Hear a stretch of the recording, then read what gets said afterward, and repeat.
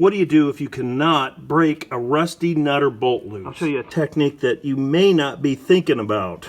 Oftentimes an impact wrench like this will work, or a big breaker bar with a huge cheater bar on it.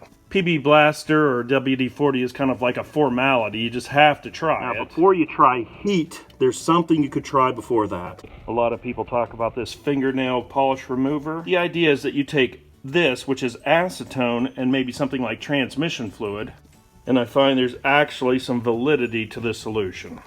PB Blaster can only penetrate so far into the rusty bolt. When you add acetone, it really increases that. There's also something very important to understand is if you get this thing to start moving, that's not the whole game. If you get this thing to go 1/4 of an inch, you might think, oh, I'll just keep going in reverse. If you do that, you're not going to win the game.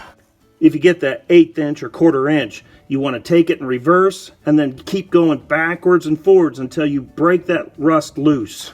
I've had it where I get them to start moving and I'd say, oh good, and I just keep going in reverse and you'll just break the bolt off. I'll explain how I use this acetone. First, spray the bolt with something like PB Blaster. Add a little bit of this acetone into the lid. Now pour that acetone right onto the bolt. Now give it another squirt of PB Blaster. Whatever you do, you don't want to take this fingernail polish remover and get this on your hands because it'll take all these different chemicals and bring it right to the bloodstream.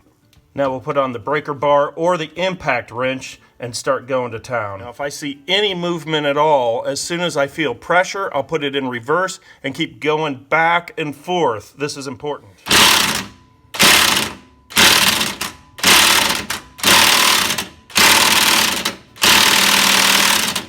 The impact wrench is not working, so we'll try a breaker bar. When I apply pressure, I can finally get it to move. I'll move it forward until I feel tension, then I'll bring it back in reverse. I'll keep moving it back and forth until I can feel the rust start to loosen up. And I'm feeling it a lot better right now. After moving it back and forth, I'm really starting to feel it loosen up, which is a very good sign. Now I'll go back to the impact and continue the back and forth.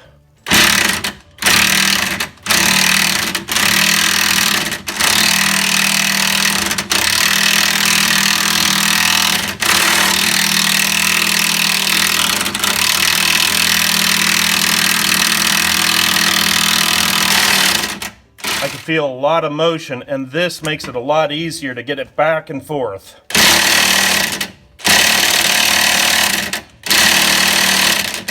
It's locked up again, so I'll use the breaker bar. So I can get it to move just a little bit, so I'll just keep going back and forth.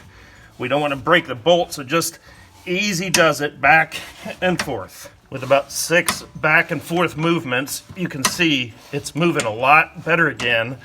Maybe we'll go back to the impact. We'll take it back and forth again.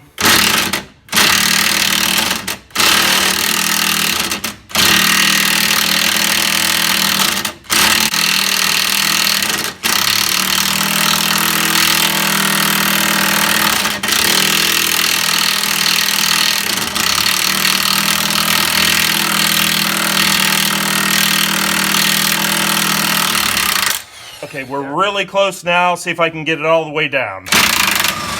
And there we go. With a crowbar, I can start to pull it out. Let's spray some PB in there. I'll tap it in so we can move it back and forth to get it out. We'll keep moving it back and forth. I'll use a ratchet to get it out the rest of the way.